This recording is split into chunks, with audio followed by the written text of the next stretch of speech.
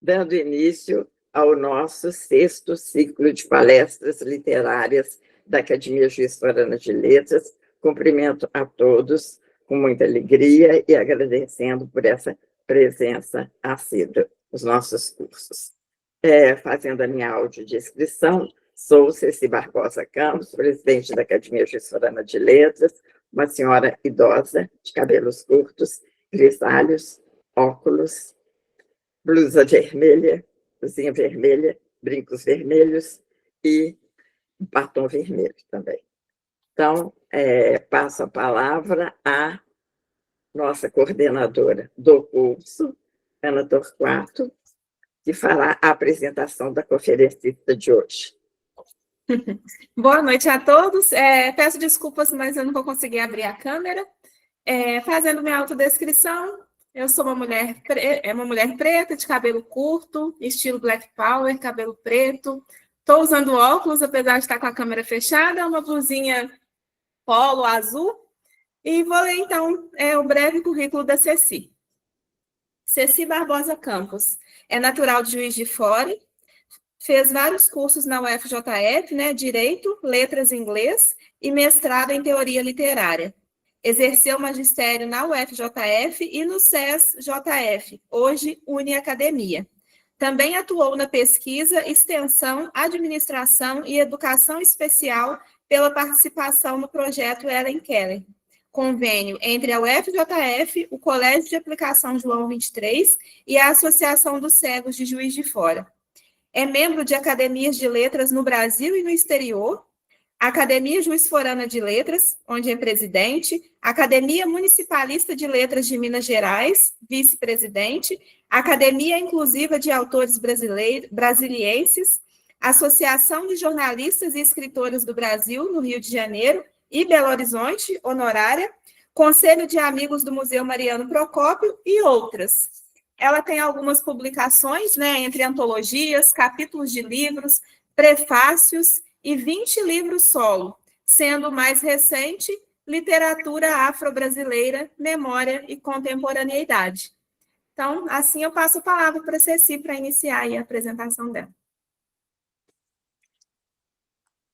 Então, como foi citado aqui, que o meu livro mais recente é Literatura Afro-Brasileira, Memória e Contemporaneidade, a palestra de hoje vem nessa mesma linha. Eu, desde 2013, mais ou menos, eu passei a me dedicar intensamente à literatura afro-brasileira, depois de ter trabalhado por cerca de 30 anos com a literatura de língua inglesa e ter me encantado com os escritores afro-americanos. Daí, então, senti que tinha esse débito, eu sempre repito isso, porque realmente foi o sentimento que me impulsionou a estudar os afro-brasileiros. E venho, desde então, me dedicando a cursos livres e palestras, divulgando essa literatura que está, no momento, está não crescendo, mas que ficou num grande esquecimento, numa grande invisibilidade por muitos e muitos anos.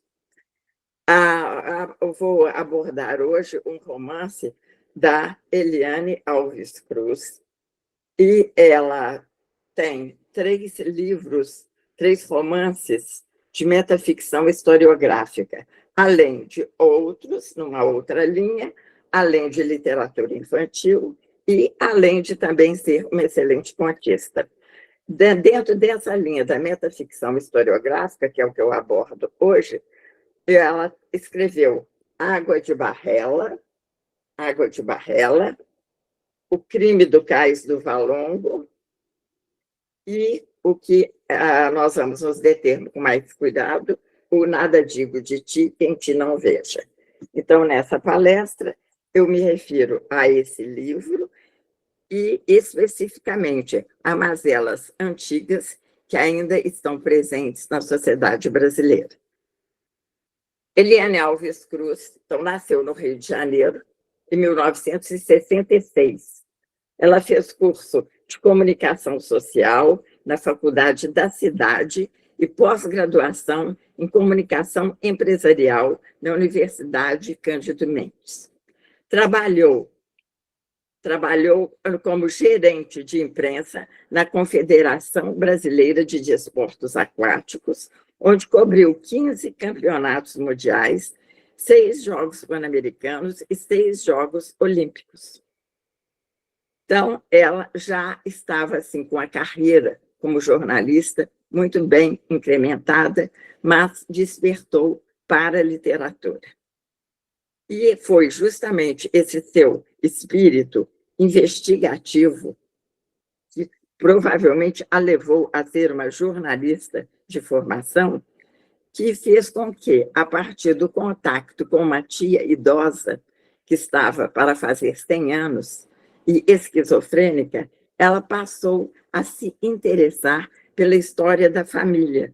Ela viu que a tia narrava histórias confusas e fragmentadas, e ficou interessada em saber mais a fundo partes da história da família, que ela ia ligando pouco a pouco a partir dessas conversas com a tia. Daí surgiu a ideia de escrever o romance Água de Barrela, que em 2015 foi contemplado com o primeiro lugar do prêmio Oliveira Silveira. Oliveira Silveira é um escritor afrodescendente do Rio Grande do Sul, que também tem grande importância dentro dessa literatura que nós abordamos. Ela tirou o primeiro lugar nesse concurso, que foi promovido pela Fundação Palmares, e que o publicou no ano seguinte. Então, em 2016, foi publicado Água de Barrela. Nesse romance estão reunidas histórias de antepassados da escritora, que, quando jovens, foram tirados à força de Moçambique e trazidos para o Brasil, da mesma forma que aconteceu por séculos com uma população de mais de 500 mil escravizados.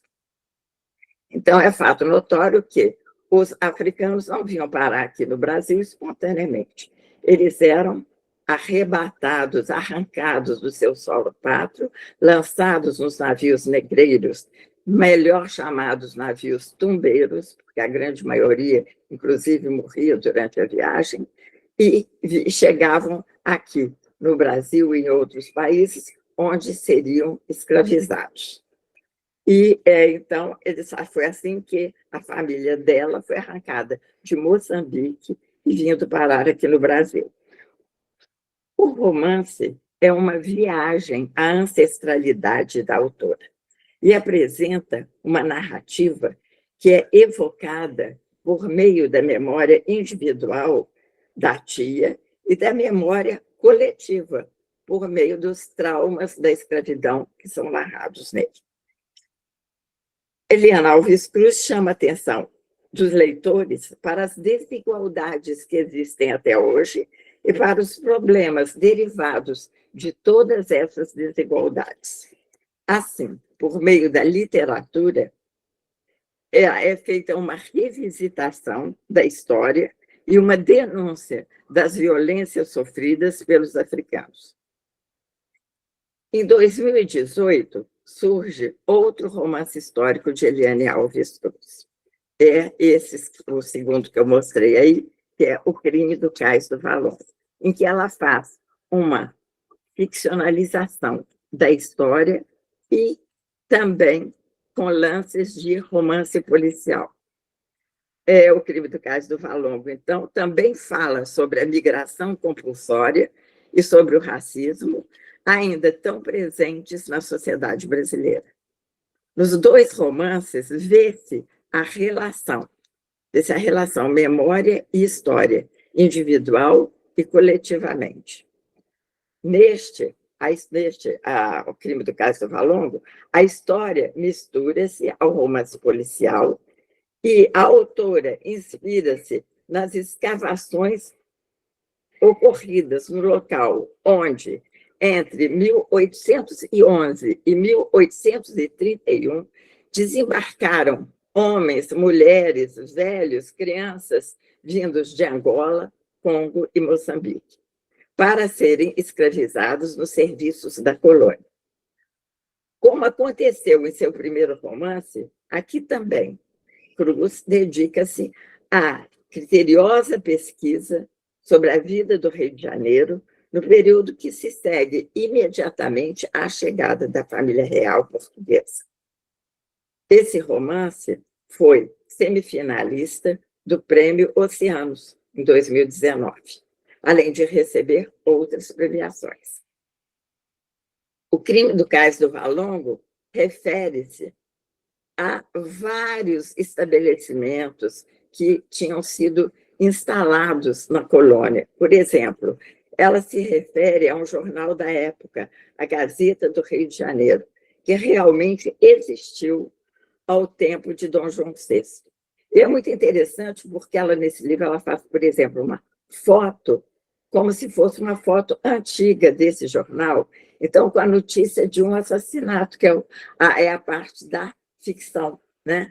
Ela começa, então, logo no início do livro, tem uma reportagem falando sobre a morte, um assassinato que havia ocorrido, e esse jornal todo com os escritos da maneira antiga, com casa com Z, então a grafia toda da época, o que dá muita veracidade às notícias que estão sendo colocadas ali. Ela se refere à Casa do Rio de Janeiro. A Casa do Rio de Janeiro negociava com o material humano, eram os escravos que eram negociados, vendidos ali. E tinha negócios em Moçambique, e também ela também se refere a uma sociedade abolicionista que existiu na Inglaterra em 1787. E há fatos históricos, como a abertura dos portos às nações amigas, paralelamente à narrativa ficcional. Um belo exercício de metaficção historiográfica, que conjuga documentos e imaginação. Em 2020, foi publicado o terceiro romance histórico de Eliane Alves Cruz. Então, em 2020, foi publicado Nada Digo de Ti, Quem Te Não Veja. É ambientado em 1732, no Rio de Janeiro. Mas ele sai do Rio de Janeiro, ao enredo, vai até as serras de Minas Gerais, o Ciclo do Ouro. É um romance que trata do passado, oportunizando profundas reflexões sobre o presente, pois aborda questões que parecem estar ocorrendo nos dias de hoje, como o racismo, as fake news, o fanatismo religioso, a delação premiada, as milícias e a transexualidade. De acordo com as palavras da autora, é um romance contemporâneo, aspas, um romance contemporâneo com roupagem de época. É o que ela diz a respeito. Por quê? Porque ela trata de todos esses casos que ocorreram, colocando-os em 1732, mas que são assuntos que estão na ordem do dia até agora, né? Entre as temáticas abordadas, a transexualidade chama atenção por ser pouco explorada em tramas do século XVIII. Eliane Alves Cruz buscou referências em processos da Santa Inquisição a fim de conhecer a conduta dos fiéis da colônia, as penalidades que lhes eram infligidas quando cometiam alguma infração ou crime. Eliane Alves Cruz comenta que foi um romance assim, muito trabalhoso, porque até a pesquisa sobre transexualismo era difícil dela conseguir, né? Porque foram assuntos muito pouco abordados. E encontrou-as em textos das ordenações filipinas, que descreviam os corretivos e eram especialmente minuciosas em relação aos crimes de lesa majestade, como, por exemplo, sonegação de impostos e uso de caráter sexual. O romance apresenta 5 partes. São os elementos paratextuais, com títulos que convocam a um campo jurídico. Os títulos são os seguintes. Na primeira parte, o título é dos porquês. Na segunda parte, das acusações. A terceira, dos processos. A quarta parte tem o título dos julgamentos. E a quinta, das sentenças. Essas partes são precedidas por epígrafes originadas de fontes variadas. Além das citadas ordenações filipinas, também há citações que vêm de Santo Agostinho, do Dicionário dos Inquisidores e outras. Cabe uma explicação sobre as ordenações filipinas. Esse nome refere-se ao conjunto de leis que vigorou no Brasil de 1603 a 1830, isto é, por quase 228 anos. Eram leis muito violentas e, infelizmente, na sociedade contemporânea, vemos inúmeros casos de morte e de agressões que desrespeitam os direitos humanos. Sem ficcionalizar, temos o caso de George Floyd, que morreu sufocado pelos joelhos de um policial nos Estados Unidos, exatamente ao tempo em que esse livro estava sendo escrito, em 2020. Essa brutalidade existe não só nos Estados Unidos, aqui no Brasil também tem acontecido com frequência. E parece que há sempre uma multiplicação. Depois desse caso do George Floyd, houve vários casos parecidos que eu me lembro.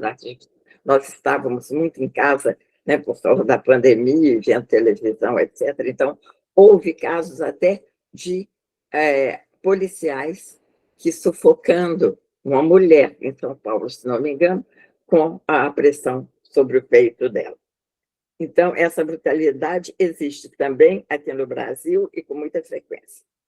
Entre as punições prescritas pelas ordenações filipinas, as exercidas para punições de crimes sexuais eram extremamente violentas.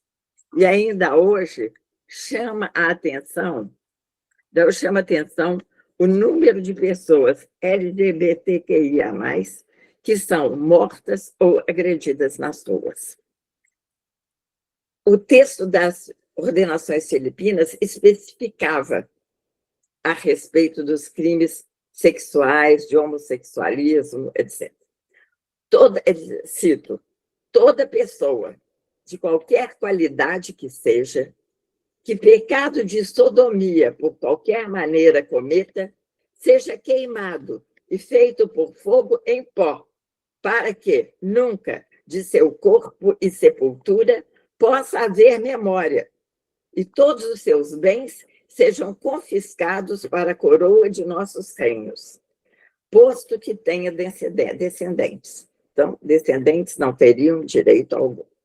E, pelo mesmo caso, seus filhos e netos ficarão inabilitados e infames, assim como os daqueles que cometem o crime de lesa majestade. E esta lei queremos que também se estenda e haja lugar nas mulheres que umas com as outras cometam pecado contra a natureza e da maneira que temos dito nos homens.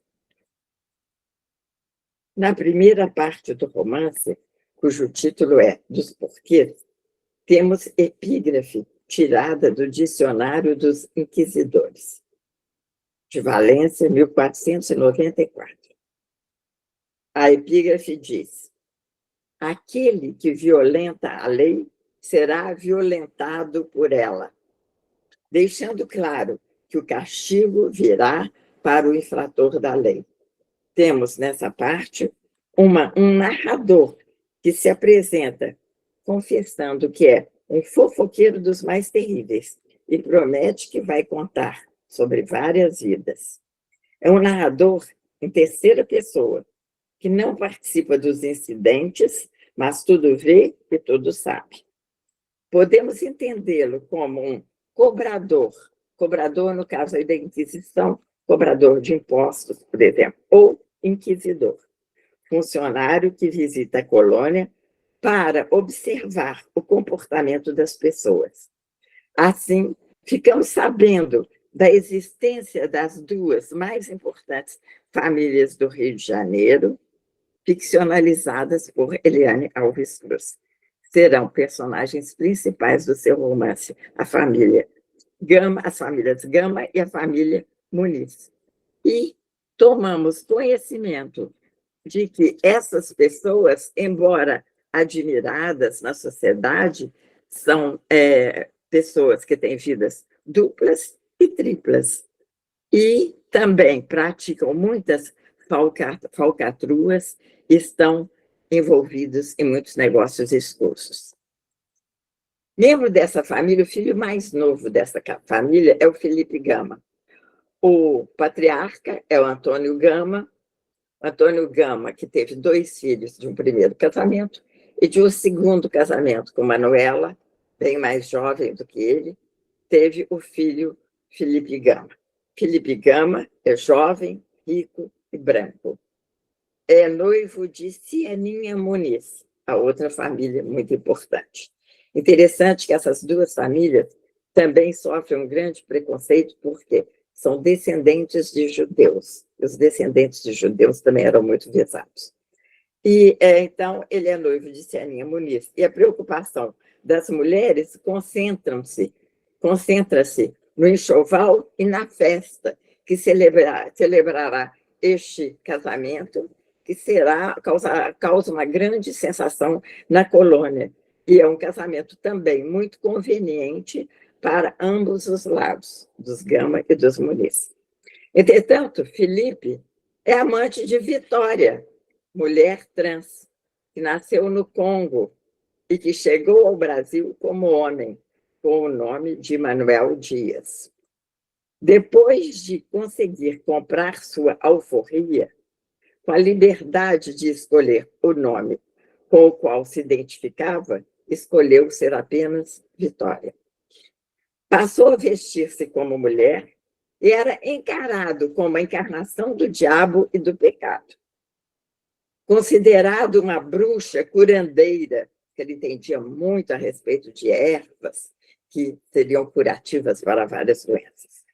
Odiada por todas as mulheres e desejada por muitos homens, entre eles Felipe Gama, que por ela se apaixona perdidamente. A situação de Felipe era desesperadora. Ele vivia num conflito de consciência atroz.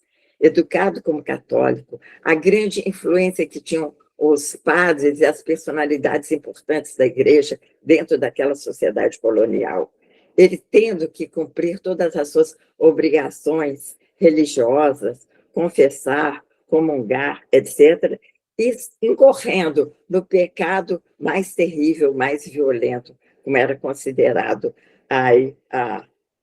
o homossexualismo. Então, a situação de Felipe era desesperadora. Seu estado estava a preocupar os de casa, especialmente sua mãe. Aí a intuição materna sempre está acontecendo alguma coisa errada com meu filho, eu estou sempre preocupada com ele. A palidez, as olheiras, a inapetência. Perdia peso a olhos vistos. Felipe encontrava-se em intenso conflito. Ir à missa, esconder seu pecado na hora da confissão, sair da igreja e ir se encontrar com Vitória. Ele chegou até a pensar em mandar matar, contratar algum miliciano para eliminar a Vitória, porque ele estava sempre incorrendo no pecado. Fosse outro, provavelmente Vitória já teria sido assassinada, mas ele não tinha coragem para fazer isso, mesmo que, de vez em quando, pensando nisso, faltava-lhe coragem. Não se perdoava por sua covardia, não se perdoava por tê-la assim, tão profundamente enraizada dentro de si. Palavras dele. Crianças e adolescentes pretos viviam pela cidade, sujos, mal cheirosos e com pés descalços. Comandavam todos os miúdos pretos pela cidade.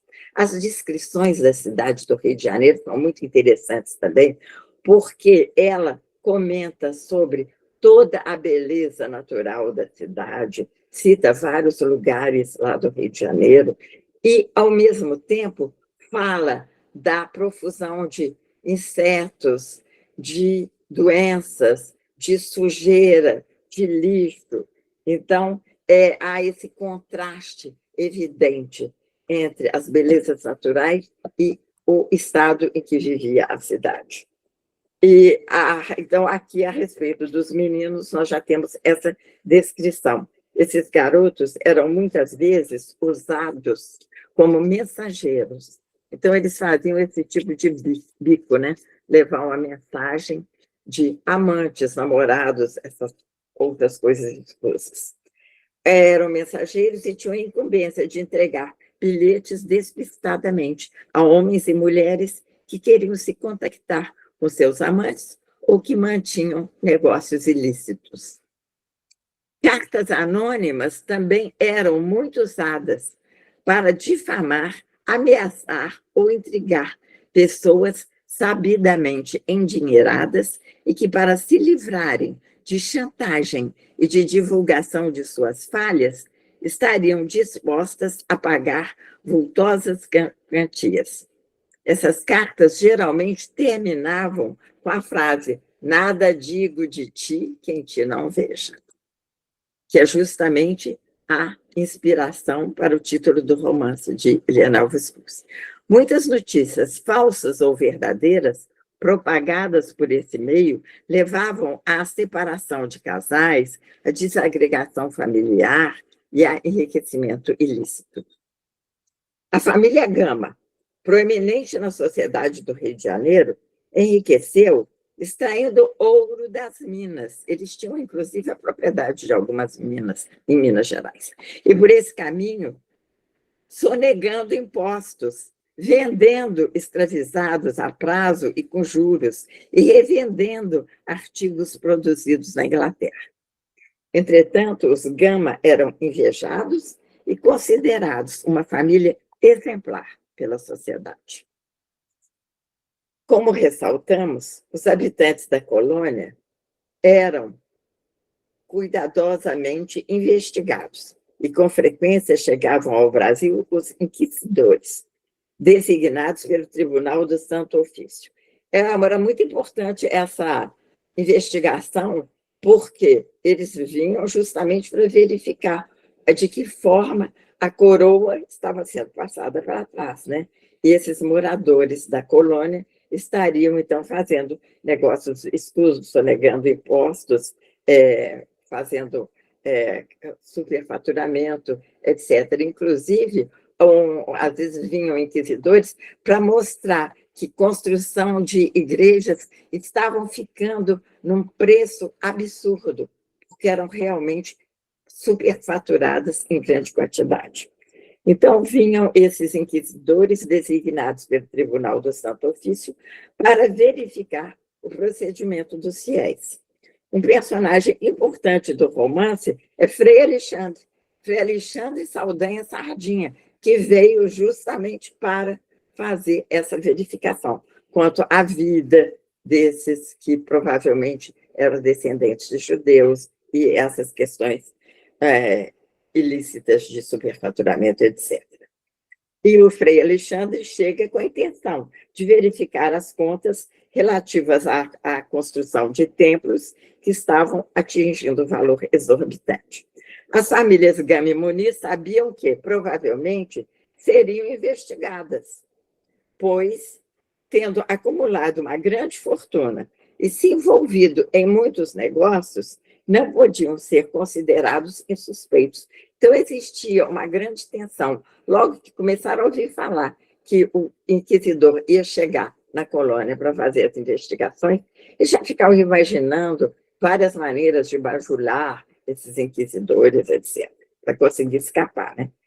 Tanto os Gama como os Muniz decidem se agradar a Frei Alexandre de várias maneiras possíveis, e oferecendo-lhe presentes caros, ouro, diamante, talheres, e proporcionando-lhe banquetes, proporcionando-lhe festas, mulheres, viagens e todos os requintes de luxo, suborno e propina.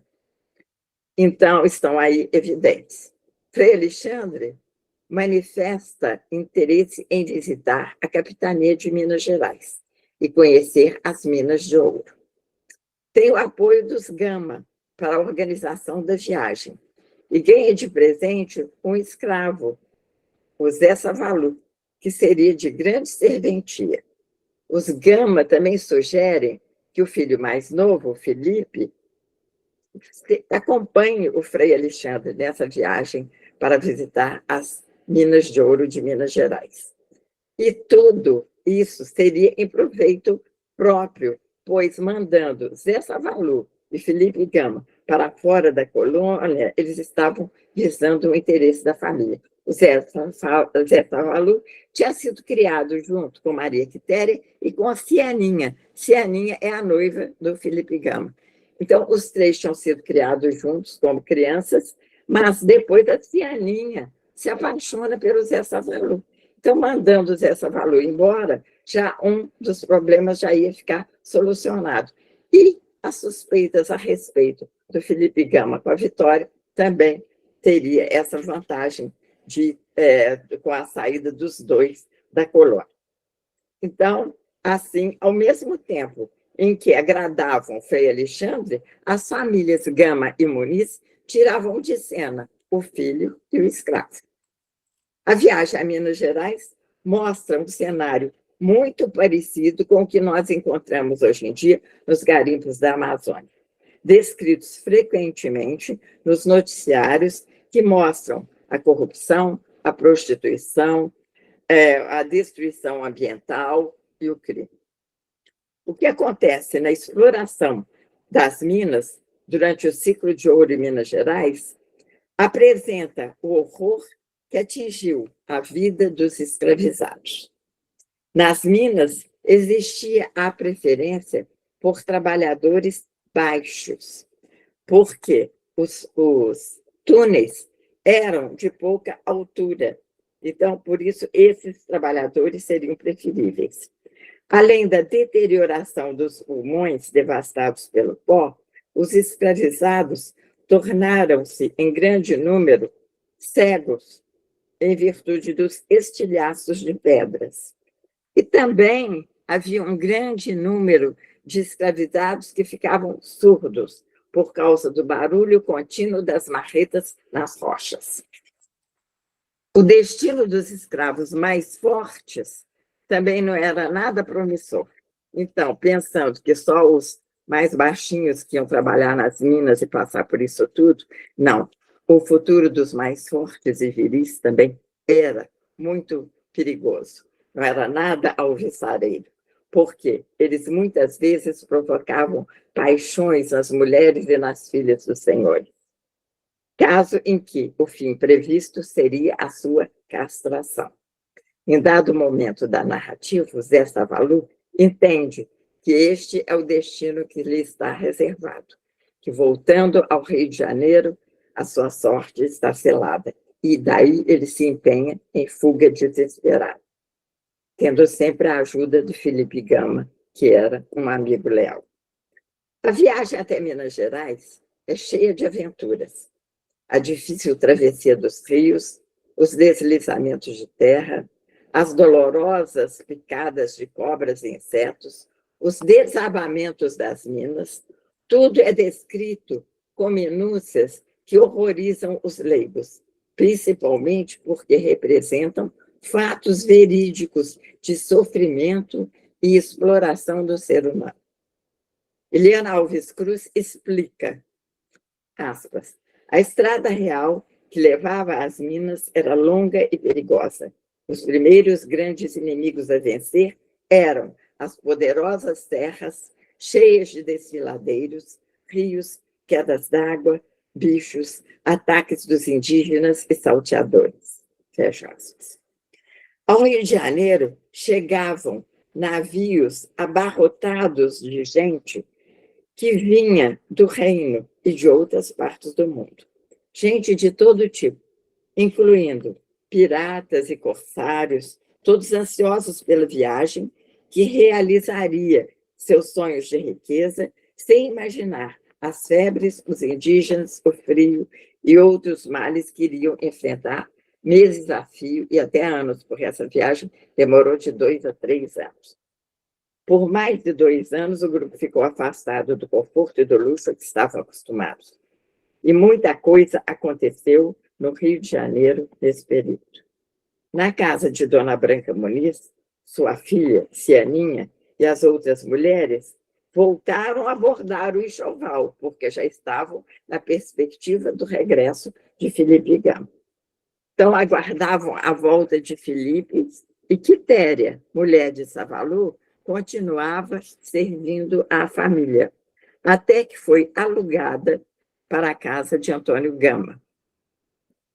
Quando ela foi alugada para a casa de... Ela trabalhava com os Muniz, foi alugada para a casa do Antônio Gama. Quando chega lá, ela tem um choque impressionante. Por quê? Manuela, que é a esposa mais jovem, bonita do Antônio Gama, mãe do Felipe, estava com vários hematomas, um olho roxo fechado e sangrando, além de ter sido espancada de cinta pelo marido, que descobrira a gravidez da mulher. E o Antônio Gama tinha ficado impotente depois do nascimento do Felipe Gama. Então, o problema aí foi seríssimo, quando ele fez essa descoberta, né?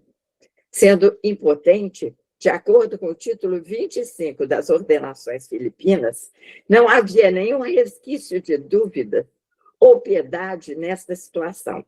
Em caso de adultério, a mulher deveria morrer. E ainda, segundo as regras, o marido enganado poderia matar a mulher e o amante, como alguns casos que deviam ser observados. Caso Antônio denunciasse a mulher, ela seria condenada à morte natural, na forca. O amante também podia ser morto, mas Antônio não sabia quem era. E se fosse uma de projeção, alguém poderoso, mesmo ele sendo pertencendo a uma das famílias mais importantes da colônia, ele não poderia matá-lo. Antônio pensava também na vergonha e na humilhação que sofreria se o adultério fosse descoberto. Seria melhor deixar a adúltera viver até o nascimento da criança, quando então ela poderia morrer de parto. Quanto à Vitória, seguia sua vida na colônia, odiada por muitos e amada por outros, ajudando com seus conhecimentos de ervas e saberes ancestrais. Auxiliou na recuperação de Manuela, instruindo Quitéria no tratamento da Sinhá. Interpelada por Antônio a respeito das informações que ele lhe pedira, respondeu que já as tinha na mão, mas não as daria, por não haver ainda recebido o pagamento combinado. Então, Antônio, querendo descobrir tudo a respeito do adultério de sua mulher, recorre à Vitória, porque a Vitória tinha, inclusive, fama de fazer adivinhações, ter poderes de magia, etc. E a Vitória falou, já estou sabendo de tudo, mas ainda não recebi minha parte. Então, ainda não havia recebido o pagamento combinado. Assim, mensagens anônimas continuavam chegando para Antônio Gama. Frei Alexandre mandou que...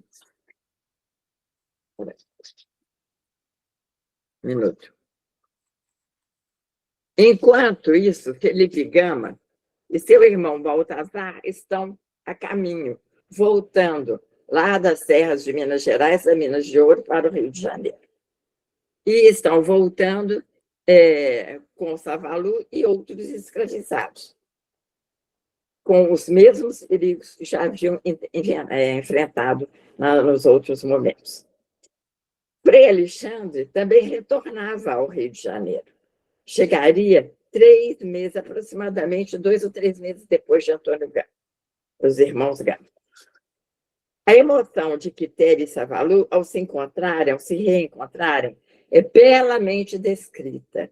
Aí nós vemos esse jogo narrativas, às vezes, terríveis, violências, maldades, e a poeticidade do texto literário, né?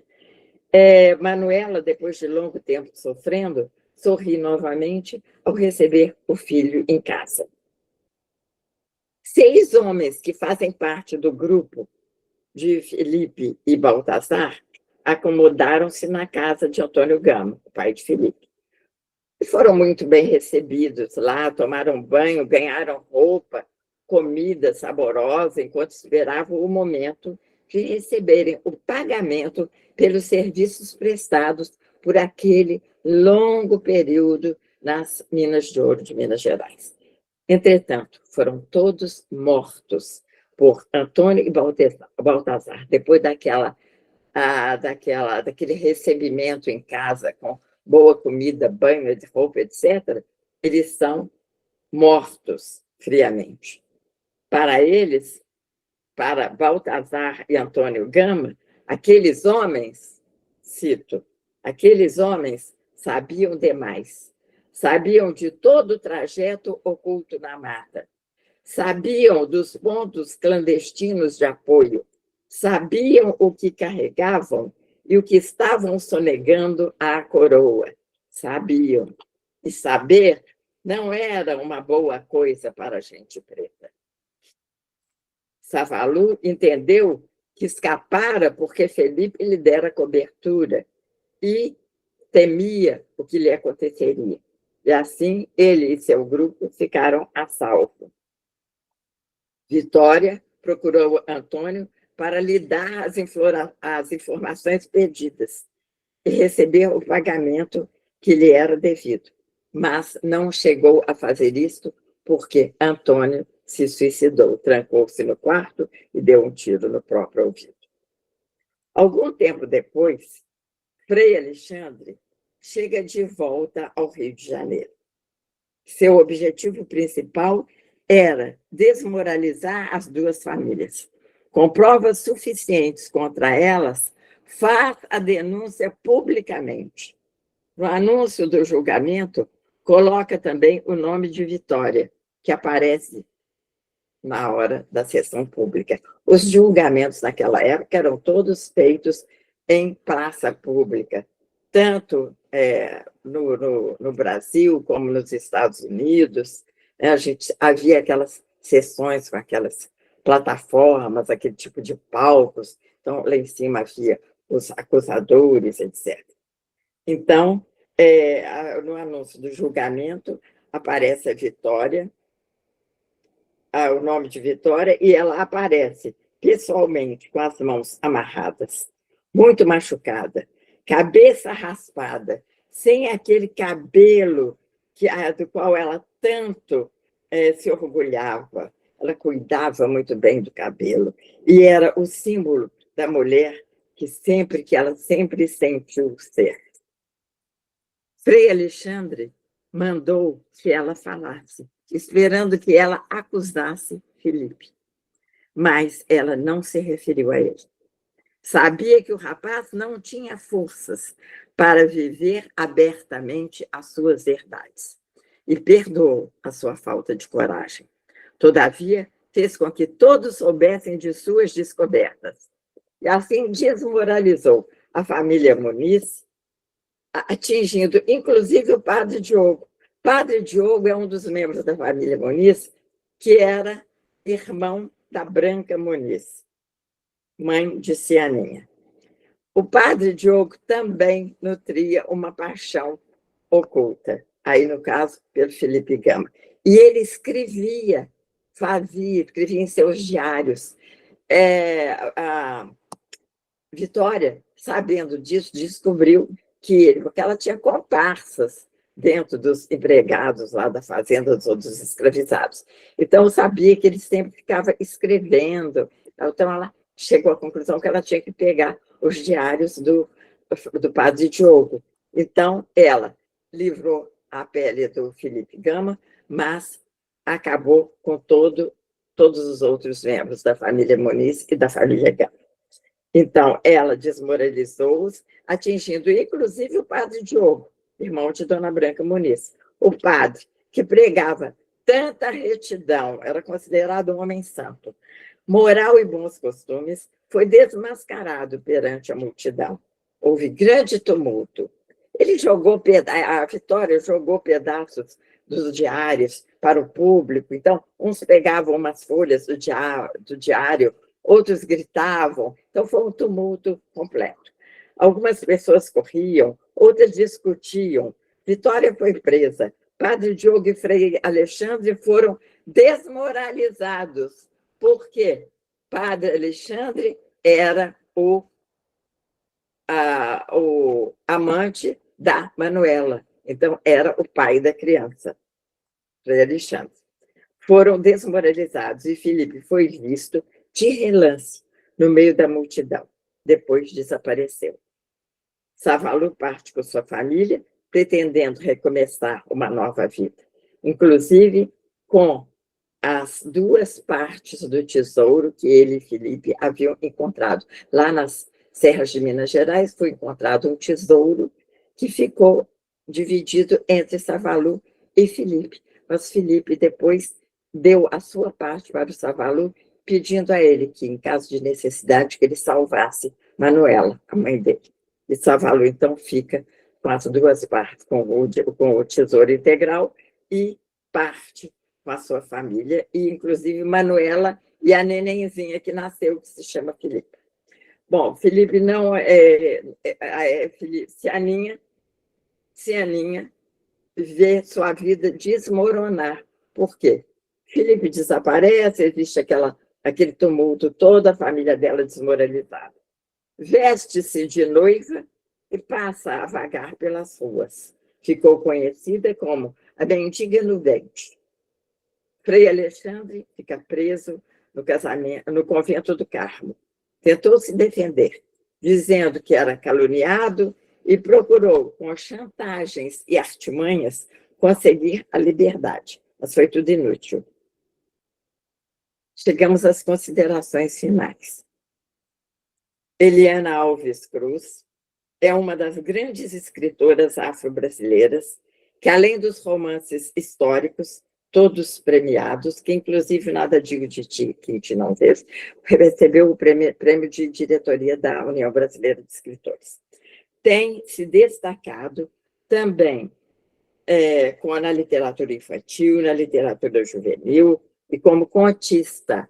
Como contista, ela, inclusive, foi contemplada com o Prêmio Jabuti de 2023, pelo livro A Vestida. Atualmente, acho que hoje está sendo lançado, lá no Rio de Janeiro, um novo romance da Eliane Alves Cruz, que é Meridiana. Nada Digo de Ti, Quem Te Não Veja, foi então premiado com o prêmio de diretoria da UB, também um romance histórico, como nós falamos, sobre o ciclo de ouro em Minas Gerais e sobre a vida sociocultural do Rio de Janeiro no século XVIII. A autora traz luz sobre o passado, transmitindo conhecimentos sobre o período da escravidão, com referências às leis que foram surgindo e o importante papel desempenhado pelos negros na estrutura econômica do Brasil. Ao mesmo tempo, são apresentadas questões que permanecem atuais, como nós citamos, as delações premiadas, o preconceito, o racismo, a homofobia, as milícias, as fake news, as denúncias anônimas. O narrador, não identificado, fala sobre a hipocrisia social em que senhoras e senhores, admirados na sociedade por sua conduta aparentemente exemplar, levavam vidas duplas ou triplas, carregadas de ostentação e artificialismo, semelhantemente ao que acontece hoje em dia, com a preocupação de muitas pessoas em mostrar vidas diferentes das que vivem na realidade. Muito obrigada.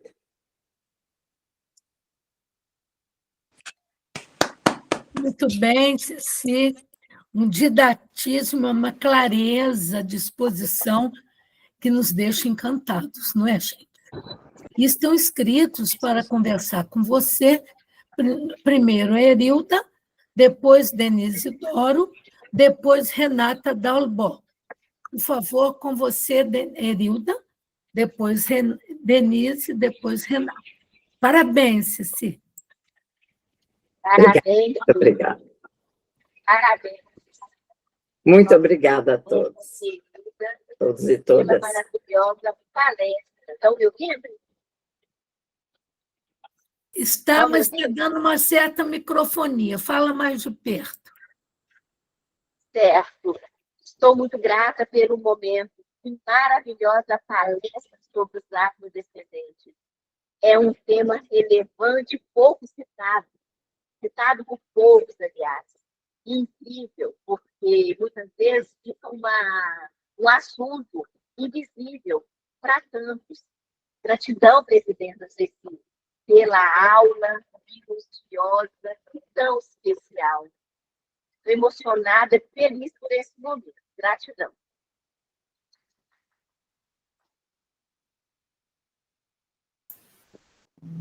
Isso. Microfone desligado da Ceci. Não está ligado. Da Ceci está desligado. Microfone. Ela está agradecendo, mas não está saindo som. Eu fui querer editar a microfonia. Eu agradeço a Erilda pelas suas palavras e por toda essa sua assiduidade, esse apoio que você dá aos nossos cursos. Obrigada a você. Gratidão. Ótimo, Erilda. Academia Juiz-Fora de Letras. Muito obrigada. Beijo, Erilda. Denise, depois Renata. Denise. Boa noite a todos. Mais uma vez, uma noite brilhante em aprendizado. Eu estava aqui perplexa. Realmente, a Eliana é uma escritora de riquíssimo talento. O que mais me tocou, porque eu nunca tinha ouvido falar na Eliana, né? Foi a sensibilidade de abordar assuntos tão pertinentes e importantes para que a sociedade veja de outro ângulo e aceite a diversidade. E ela coloca lá, no outro século, esta abordagem, num meio muito mais preconceituoso do que os dias de hoje, que ainda há muito preconceito. A mulher trans, ao homem trans, a homossexualidade, né, que a pessoa não poderia escolher com quem queria ter o seu par, o seu afeto. Eu gostei muito e agradeço mais uma vez à Academia Juiz-Fora de Letras. Já pesquisei, já anotei aqui os livros dela, que eu quero adquirir e começar a ler, tá bom? Muito obrigada e um grande beijo. Parabéns. Obrigada a você. Realmente, essa questão dela abordar a transexualidade em 1732 é impressionante, meu. Como é que conseguiu isso, né? Notável. Verdade. Antecipa o momento, né? Renata, depois Tadeu, depois Beth. Renata Dalbó. Boa noite a todos, boa noite, Ceci. Muito feliz de estar aqui, conhecendo, parabéns pela palestra maravilhosa, e conhecer um pouquinho mais da Eliane. A Eliane eu li já faz algum tempo, Água de Barrela, e me apaixonei pela escrita dela, essa escrita histórica, né, muito afetiva também, familiar. E, recentemente, agora, quando a Ana Maria Gonçalves entrou para a Academia Brasileira de Letras, eu fui ler Um Defeito de Cor. Maravilhoso.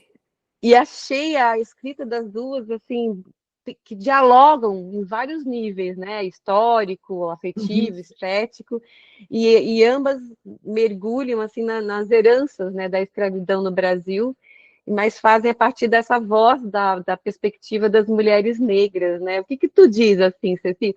Tu as conhece? Você conhece a Eliane pessoalmente? Não, eu fiquei muito curiosa, fiquei com vontade de conhecê-la. Conheço, sim. Ai, que Fiquei legal. conhecendo gente. justamente quando ela foi receber o prêmio de diretoria da UB. Olha Aí ela só. foi com o pai dela, familiares, e depois encontrei também uma outra ocasião com ela na Flieraxá. A Que Flieraxá legal. também. E, inclusive, assim, achei que eu ia ser um bocado mais com o pai dela, também um senhor assim, muito simpático, advogado, muito animado, muito orgulhoso das filhas, que todas, assim, muito bem encaminhadas, intelectualmente falando e tal. Então, muito interessante. E sempre que eu tenho oportunidade, né, enquanto eu sou bem macaquinha de auditório, eu vou procurar conhecer, acho ótimo. Eu também. Então, o Tom Farias, que fez o prefácio do meu livro, a Conceição Evaristo, que, quando eu conheci a Conceição Evaristo, ela só tinha o Poncial de Vicêncio publicado. Estava engavetado por 20 anos o Becos da Memória, e depois é que surgiram os outros. Então, claro que a oportunidade da gente encontrar é sempre interessante, né? Com certeza, que privilégio, parabéns, Ceci, gostei. Agora, é enquanto interessante que você citou aí a Ana Maria Gonçalves. Ana Maria Gonçalves e Eliane Alves Cruz, todas duas, deixaram as carreiras de publicitárias, tinham feito jornalismo, etc., depois se dedicando à literatura. E maravilhosas, né? Uma escrita, assim, impecável. E duas escritas muito próximas da oralidade, assim, você quando Isso, lê exatamente. parece que está ouvindo, né? Sim, isso mesmo. Muito bom, obrigada, tá? Um beijo para você. Obrigada a você. Obrigada, Renata. Agora é o Tadeu, depois a Beth. Tadeu, com você. Boa noite a todos, boa noite, Ceci. Em primeiro lugar, parabéns pela palestra. A gente não se surpreende, porque já te ouviu tantas vezes e tantas vezes com essa mesma qualidade, com essa mesma empolgação que faz com que a gente tenha vontade de ler, né? Eu, por exemplo, não conheço, comprei esse romance dela, ainda não li. Eu li dela o Águas de Barrela e o Solitário, mas vou correndo começar a ler esse livro. A minha pergunta era em cima do que a Renata falou. Eu li primeiro Um Defeito de Cor. Quando eu li o Água de Barrela, me pareceu um defeito de cor resumido. Será que é porque a história dos escravos que vieram para o Brasil são muito parecidas? Ou você enxerga, porque o defeito de cor, eu na época fui até procurar, ele foi publicado anteriormente. Então, você acha que o Água de Barrela tem influência de um defeito de cor? Ou é simplesmente porque as histórias, por mais tristes que sejam, dos nossos escravizados são muito parecidas? Eu não acho, não. Engraçado que eu não senti isso. Eu vi os dois romances como tendo assim, muito forte, predominante, essa narrativa da escravidão. E essa narrativa da escravidão tem esses pontos em comum. Então, essas narrativas dos tombeiros, quando você lê lá o Úrsula, a mãe Susana falando sobre a vinda dela nos navios, descreve a situação, todos amontoados em pé para usar menos espaço e acorrentados uns aos outros, a situação da sujeira, da alimentação estragada, das pessoas que estavam morrendo ali. Então, em 1859, a Maria Firmina já escreveu colocando essa situação. É porque a história da escravidão é muito parecida. Os estupros que aquelas escravizadas todas sofriam. Então, todos esses são pontos muito em comum, né? Então, em qualquer situação. E quando a gente lê alguma coisa a respeito de autoras, eu estou puxando para a literatura de língua inglesa, os afro-americanos, por exemplo, também. Os afro-americanos têm muita semelhança nessas histórias. Então, a Toni Morrison, a Alice Walker, todas têm muita semelhança quando falam sobre esse período da escravidão. Então, depois eu não senti essa questão. Acho que não houve influência, não. É porque realmente a história da escravidão foi assim, né? E a Eliana, inclusive, teve muito disso, além dos fatos históricos, as questões de histórias de família, para corroborarem, né? Muito obrigado, Ceci. Vamos torcer, então, para que você encontrem na Academia Brasileira de Letras, né? Eu acho que a Eliana merece um lugar lá. Mais uma, né? Mais uma maravilhosa, além da Conceição Evaristo, né? Sim, são duas queridas que merecem muito. Sim, isso. Obrigado, Ceci. Obrigada a você. Agora, Beth e depois Antônio Carlos. Beth, você. Boa noite a todos. Ceci, eu não tenho muito tempo para falar, porque eu tenho um compromisso, eu vou a um lançamento, mas eu gostaria de registrar aqui o meu agradecimento a você por esta brilhante palestra, que nos trouxe uma escritora de grande porte. E cumprimentá-la, principalmente, porque você, Ceci, é, sem dúvida, um elemento chave para a divulgação da literatura afro-brasileira. Você tem feito um trabalho maravilhoso, um trabalho mostrando essas escritoras, falando sobre as obras delas, desde Maria Firmina até as escritoras atuais. Isso é, sem dúvida, um resgate, mas é também um reconhecimento e uma exaltação dessas mulheres que fazem uma literatura de protesto, de denúncia. E você, mesmo tendo a tez branca, pode ser incluída neste contexto pelo trabalho que você vem realizando. Muito obrigada. Muito obrigada, parabéns, e não poderíamos esperar outra coisa de você, certo? Eu vou pedir licença para me retirar, e semana que vem espero contar com a presença de vocês na minha palestra, certo? Muito Um obrigada, grande Beth. abraço. Muito obrigada por tudo. Parabéns, Beto, pelas observações. Antônio Carlos.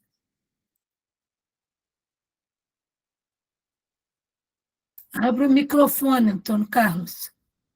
Tem que abrir o microfone.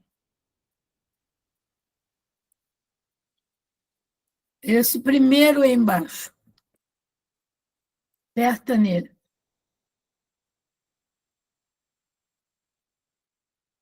Você está sem som.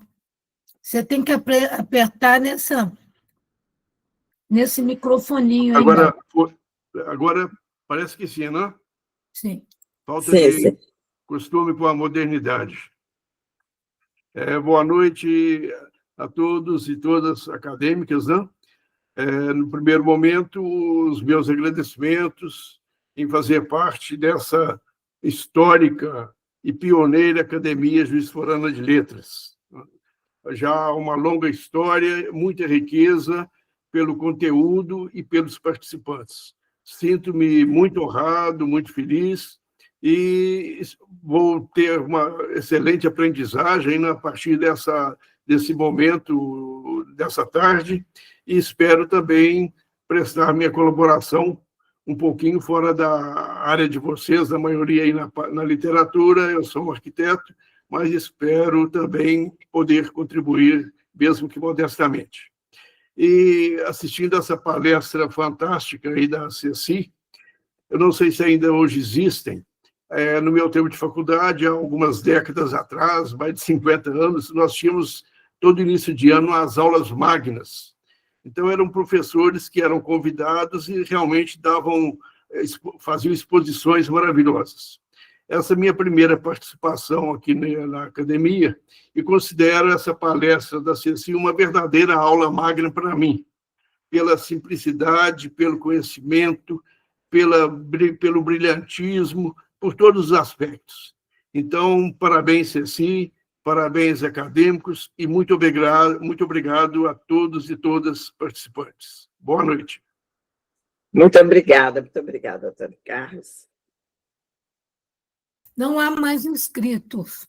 Eu vou, então, chamar a fala a Ana Torquato, depois para passar para a Ceci para as palavras finais. Não só como a nossa presidente, como também como a grande palestrante dessa noite, que mostrou como seu sangue fala de ancestralidade. Muito lindo, Ceci. Obrigada. Ana Paula. Bom, Ceci, muito obrigada pela apresentação, né? É sempre uma reflexão aí sobre as mazelas antigas que atravessam a sociedade até hoje. E, né, como todo mundo já trouxe, a senhora traz de uma maneira assim leve, fluida, né, que a gente vai se prendendo ali durante a apresentação. Aproveito também para convidar todos para a semana que vem, né, a última apresentação desse ciclo aí que passou voando. A Beth já introduziu um pouquinho ali, né, sobre a fala dela, mas ela intitulou A Literatura de Autoria Feminina, Considerações Gerais. Então, aguardo vocês na semana que vem. Então, vamos voltar para a Ceci, lembrando que dia 21 a Ceci também estará fazendo uma apresentação na Biblioteca Municipal Murilo Mendes, ali no setor infantil, né? Lá que será a palestra, o debate. Vamos voltar para a Ceci para podermos aplaudi-la e encerrar essa noite brilhante. Com você, Ceci. Eu tenho que agradecer a vocês todos pela presença, pela participação. É sempre um prazer estar aqui junto e, em alguns momentos, também falando sobre esses assuntos que eu gosto tanto, né? Aliás, os nossos ciclos de literatura são todos, tanto os de história de Juiz de Fora, quanto esses de palestras literárias de uma maneira geral, sempre me encantam profundamente. Agradeço muito a todos vocês e conto com a presença no dia 23, para o nosso encerramento do nosso ciclo. Muito obrigada a todos.